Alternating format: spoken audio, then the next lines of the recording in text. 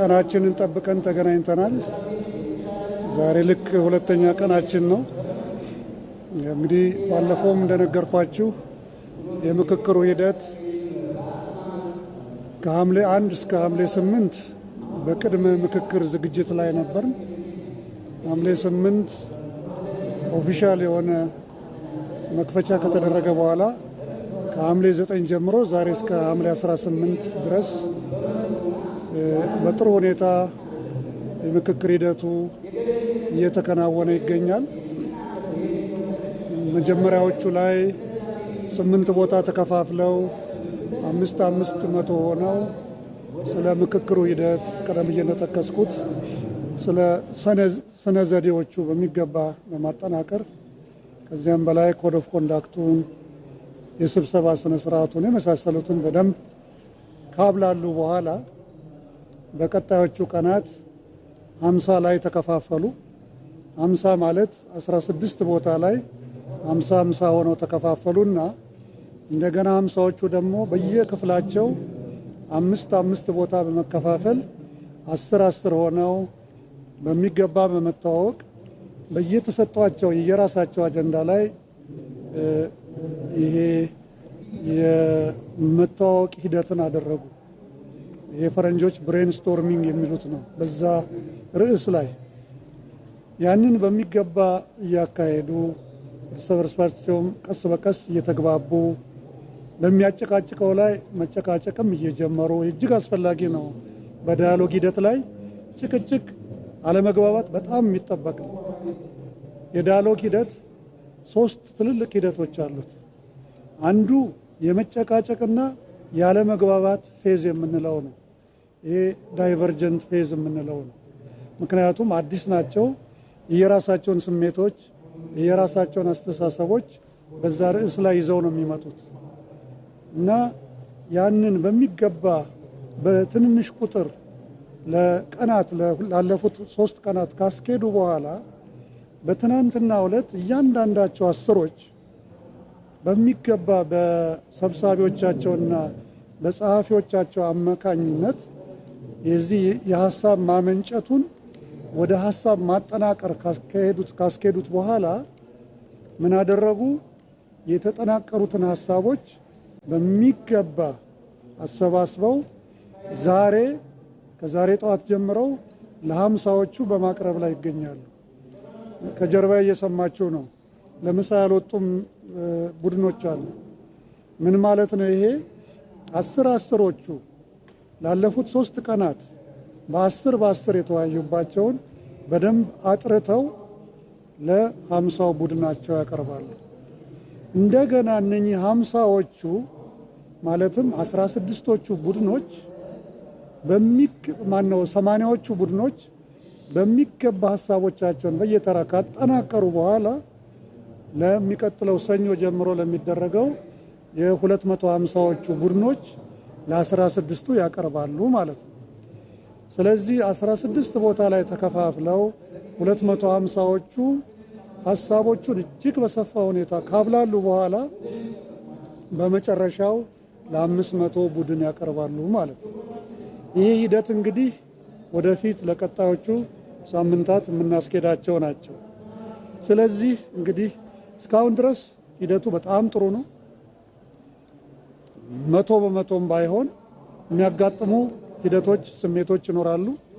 ቅድም ነግሬያቸዋለሁ። ይሄ ዳይቨርጀንት ፌዝ ላይ ወይም መከፋፈያ መበታተኛ ፌዝ ላይ ነበሩ። አሁን እነኚህ ሀሳቦች ቀስ እያሉ እየተቀራረቡ ሲሄዱ ወደ ሁለተኛው ፌዝ ወይም ኮንቨርጀንት ፌዝ ላይ ይገባሉ ማለት ነው። ስለዚህ አሁን በፈረንጅኛው ዳይቨርጀንት ወይም ግሮን ዞን ከሚለው ቀስ በቀስ እየወጡ ሄዱና ወደ መሰባሰቡ ወደፊት ይሄዳሉ። የዳያሎግ ሂደት ይህንን ይመስላል። መጨረሻ ላይ ነው እንግዲህ 3ኛው ፌዝ ላይ ሲደረስ ወደ ኮንሰንሰስ ወይም ወደ መግባባት የሚደረሰው። እንግዲህ እስካሁን ድረስ ሂደቶቹ የሚያሳዩት ጥሩ መሆኑን ነው። የሎጂስቲክስ፣ የአልጋ፣ የትራንስፖርት፣ የጤና እንግዲህ 4000 ሰው ይዛችሁ አስቡት። አልፎ አልፎ ያጋጥማሉ። ይህንን ትናንት ወዲያ እንደተናገርኩት ጉዳዩ የሚመለከታቸው የጤና ተቋማት፣ የትራንስፖርት ተቋማት እና ኤክስፐርቶቻችንን ጨምሮ በጥሩ በሚባል ሁኔታ እየተካሄደ ነው። ይህንን የምንቀጥለው ነው የሚሆነው። በአሁኑ ሰዓት 4000 እንዲሳተፉ ነው የሚፈለገው። ቁጥሩ ከ4000 በላይ ይምሰል እንጂ ትክክለኛው ቦታው ላይ ያገኘነው ቁጥር እስካሁን ድረስ ከ4000 ያነሰ ነው። ነገር ግን ቁጥሩ ለምሳሌ ህጻናት ይዘው የመጡ ሞግዚት ይዘው መጥተዋል። አካል ጉዳተኞች ቤተሰቦቻችን ረጂዎቻቸውን ይዘው መጥተዋል። አንዳንዶቹ ረጂዎቻቸውም ስብሰባው ላይ ይገኛሉ። ስለዚህ ያንን እያየን አሁን በትክክለኛው ለተሳትፎ ያሉትን ባጃቸውን ባርኮዱን በትክክል በማስተካከል ትክክለኛውን ቁጥር በሚቀጥለው 2 ቀናት እናውቃለን ብዬ ተስፋ አደርጋለሁ። ያን ጊዜ ትክክለኛውን ቁጥር መናገር እችላለሁ። ግን ዞሮ ዞሮ በስነ ዘዴያችን መሰረት ተሳታፊዎች 4000 ናቸው። የ4000 እንደተፈራው ከዛ የሚያብጥ በጭራሽ አይደለም። እንግዲህ ተሳታፊዎች የእናንተንም ጥያቄ እያየው ጭምር ነው። የምክክር ተሳትፏቸው እንዴት ይገለጻል? ለእኔ በጣም ጥሩ ነው። አንደኛ በጣም ይከባበራሉ፣ በጣም ይደማመጣሉ። በዚህ ሂደት ውስጥ አመካካሪዎች የምንላቸው ፋሲሊቴተሮች ትልቅ ቦታ አላቸው።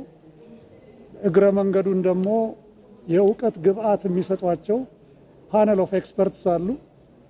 ትናንትና እንዳስተዋላችሁት ያደረግነው ከትናንት ወዲያ ይህንኑ ነው። በ500 ቡድን ላይ በተለያዩ ርዕሶች ግብአት እንዲሰጣቸው ተደርጓል። አሁንም ወደ 250 ሲመጡ የተለያዩ እንደዚሁ የእውቀት ግብአቶች ይሰጧቸዋል። አልፎ አልፎ አንዳንድ ጊዜ ያው ሰዎች ነንና በአመካከሩም ሂደት በማንኛውም ሂደት ላይ የራስ ስሜት አንዳንድ ጊዜ አመልጦ ይወጣል። ይሄ ለአመካካሪዎች የሚጠበቅ አይደለም።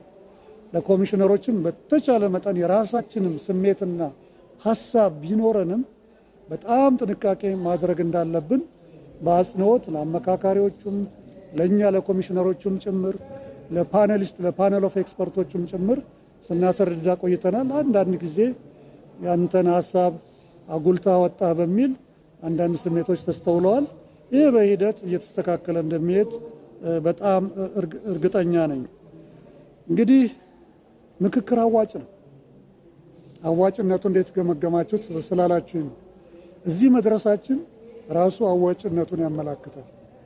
4000 ሰዎች በእኩልነት አርብቶ አደር፣ አርሶ አደር ሳይባባሉ ሴት፣ ወንድ፣ አካል ጉዳተኛ፣ የተገፋ የማህበረሰብ ክፍል፣ የዚህ ሃይማኖት የዛ ሳይባባሉ ሁላቸውም በዚህ አዳራሽ ስር በጋራ በትህትና እየተከባበሩ እየመከሩ ነው። ስለዚህ በዚህ ጊዜ ውስጥ ቅድም እንደነገርኳችሁ አልፎ አልፎ ተጭነኛል፣ ሀሳቤን ደፍጥጣል ቢባል ገና ተለማማጆች ስለሆንን ይህንን ከግምት ውስጥ ማስገባት ይገባል። ኦቨርኦል በአጠቃላይ ግን በጣም ሂደቱ በጣም አበረታች ነው። እንግዲህ እስካሁን ባለው ሂደት አዋጭነቱ እንዴት ገመገማች? በተለይ አንድ ቡድን በአንድ አጀንዳ ላይ ብቻ መወያየቱ እያስተቻችሁ ስለሆነ ማብራሪያ ስጡበት ብላችሁናል። አዎ ይሄ በጣም ጥሩ የሆነ አማራጫችን ነው። በዳያሎግ ሂደት 2 አይነት አካሄዶች አሉ። አንዱ ሲኩዌንሲንግ የምንለው ያንን አጀንዳ እስከ መጨረሻ ድረስ ሁላቸውም ይዘው መውረድ ነው። ይሄ በብዙ ሀገሮች የተሰራበት ነው። ይኸውም የሆነው ምንድን ነው? 1 ወይም 2 አጀንዳ ይዘው ስለተመካከሩ ነው።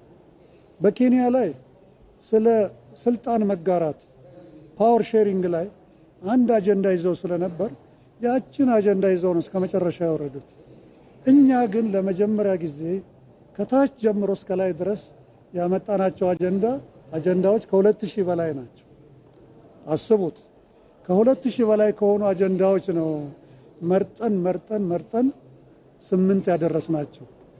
እነኚህን 8 አጀንዳዎች ሁላቸውም 4000ዎቹ በያሉበት 8 ቡድን ይወያዩ ከተባለ እያንዳንዱ አጀንዳ በአማካይ 25 ቀን የሚፈጅ ከሆነ 8ቱ አጀንዳዎች ስንት ቀናት እንደሚፈጁ አስሉት። በጣም ረጅም ጊዜ ነው። ከ200 ቀናት በላይ ይሆናል። ስለዚህ ይህን ከማድረግ ኢትዮጵያ የተትረፈረፈ ገንዘብ ስለሌላት ነገር ግን ለዚህ ቅድሚያ ሰጥታ መቀነቷን አጥብቃ በጀት መድባ ይህንን ስራ ለመስራት የምትችለው ቴማቲክ በሆነው ወይም አጀንዳ በየቡድኑ አድርጎ በመሄድ አካሄድ ብቻ ነው። ይህንን የመረጥነው ለዚህ ነው። በዚህ ምክንያት አንድ ቡድን በሚገባ አብላልቶ 500 ላይ እንዲጨርስ ከዚያ በኋላ የስምንቱም ቡድኖች ተመራጮች በጋራ የሆኑና ስምንቱም ላይ መግባባት እንዲደርሱና ለአራት ሺዎቹ እንዲያቀርቡ ይደረጋል። ይሄ ስነ ዘዴ አንዳንድ አካባቢዎች ታይቶ ጥሩ ውጤት ያመጣ ነው። ይህንንም ባለፈውም አንስቼላችሁ ስለነበረ ነው። ስለዚህ አንዳንድ አጀንዳ ለምን አደረጋችሁ ብለው የሚተቹን ምንም ችግር የለውም። 500 ላይ 8 ሆነው በከፍተኛ ኃላፊነት በየራሳቸው ቡድን በሚገባ እየመከሩ ነው። ለምን ሰብአዊ መብት ከሆነ እስከ መጨረሻው ድረስ ይወርዱበታል። ሙስና ኮራፕሽንን በተመለከተ ከሆነ እስከ ታች ይወርዱበታል።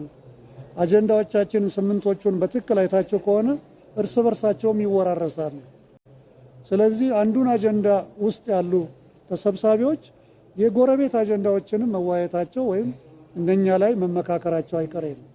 ስለዚህ አካሄዳችን ኢኮኖሚካል ነው፣ አዋጭ ነው እና በትክክልም በሰዓታችን ለመጨረስ ቢያንስ በዚህኛው ፌዝ ላይ ትክክለኛ አካሄድ ነው ብለን እናምናለን። ሌላው እስካሁን እንግዲህ ያጋጠሙ ችግሮችና የተወሰዱ የመፍትሄ እርምጃዎችን ጠይቃችሁናል። ከተሳታፊዎች የቡድን አደረጃጀት ላይ መጀመሪያ ላይ ጥያቄዎች ነበሩ።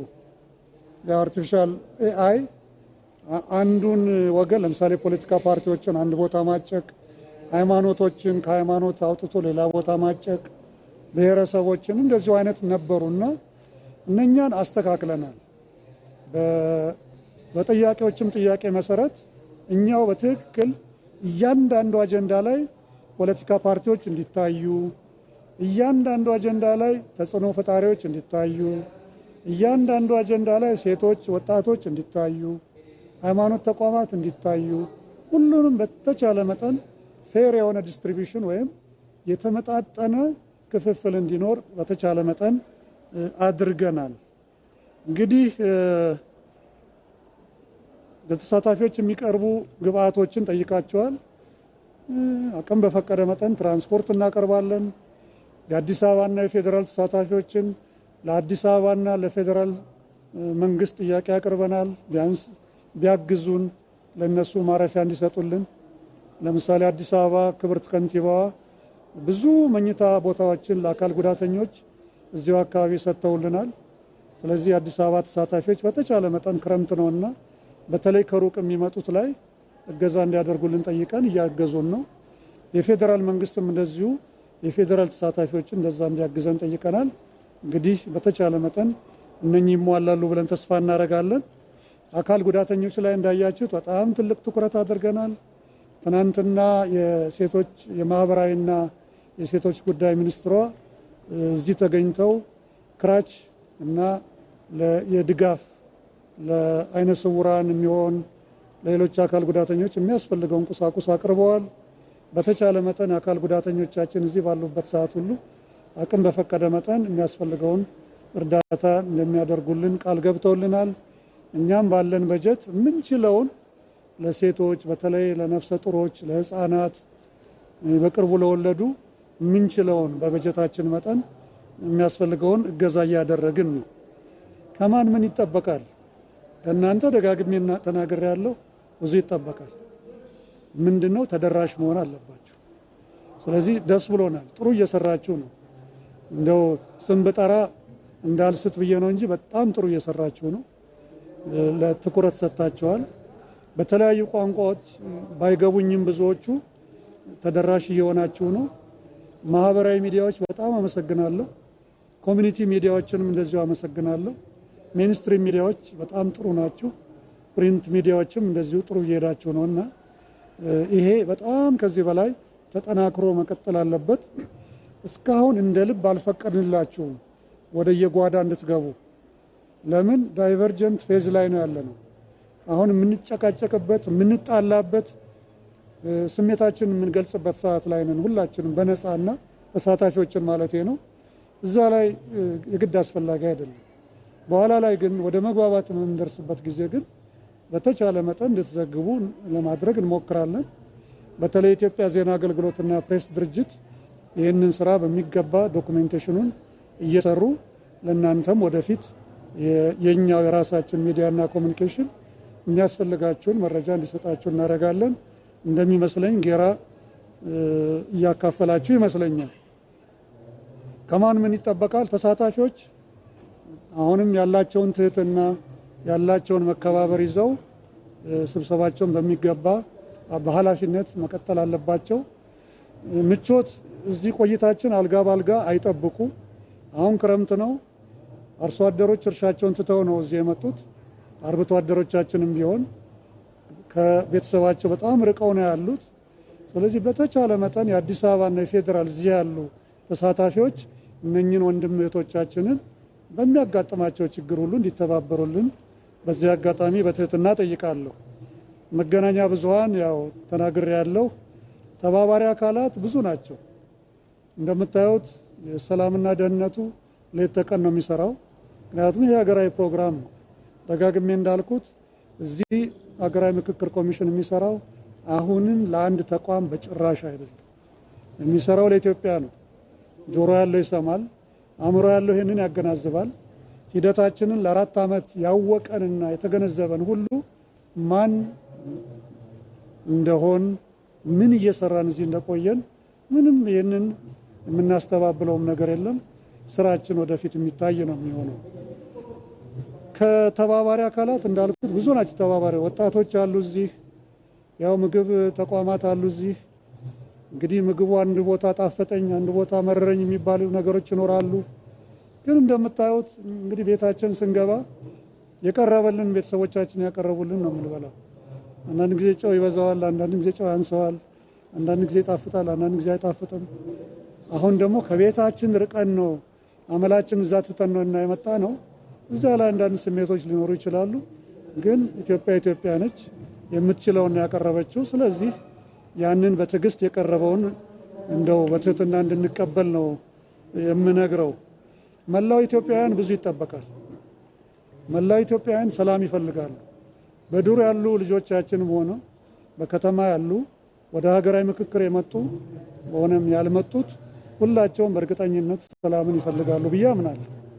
በተለይ ታች ያለው ወገናችን ከሁሉም በላይ ሰላምን ይፈልጋል። ስለዚህ መላው ኢትዮጵያውያን የዚህን ቤት ውሎና አመሻሽ ማወቅ ይፈልጋል። ስለዚህ ሁላቸውንም የምንጠይቀው ምንድነው? በያሉበት ቦታ ጸሎት እንዲያደርጉ፣ በያሉበት ቦታ ስለ ሀገራዊ ምክክሩ በጋራ ባሉበት ቦታ እንዲወያዩ፣ እንዲመካከሩ፣ እዚህ ተሳታፊ ብለው የላኳቸውንም ልጆቻቸውን ወይም ወላጆቻቸውን ይሄ ሂደት ምን እንደደረሰ እንዲጠይቁ፣ ባሉበት ቦታ ሆነው በሀሳብ እንዲያግዟቸው እና በአጠቃላይ ሂደቱ ላይ ትብብር እንዲያደርጉ እንጠይቃለን።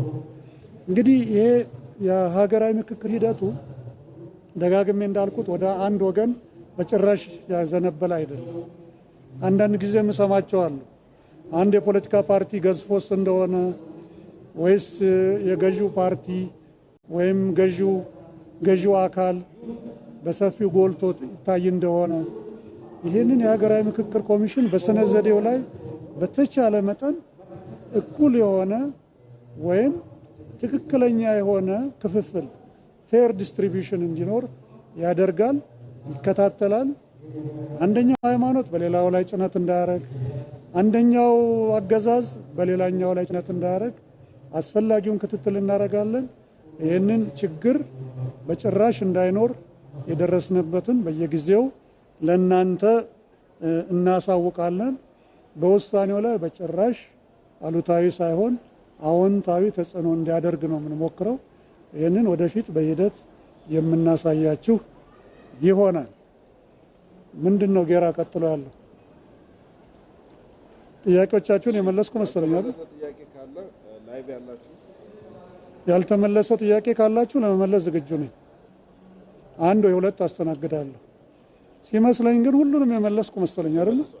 ስለዚህ እጅግ በጣም አመሰግናለሁ። መልካም ቀን።